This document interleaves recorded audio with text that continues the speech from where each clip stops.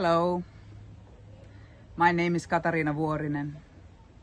I am a poet from Finland, and today I'm greeting you from Bahia Inglesa in Atacama, Chile.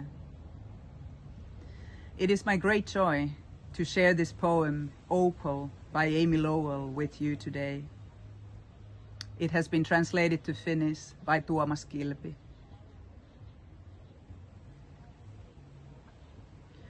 Opaali.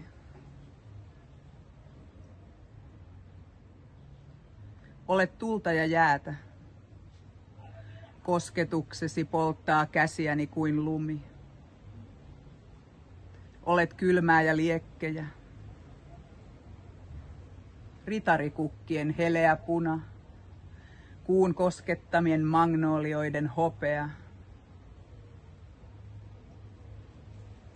Kun olen kanssasi, sydämeni on jäätynyt lampi, jossa kiiltävät levottomat soihdut. Thank you. Kiitos.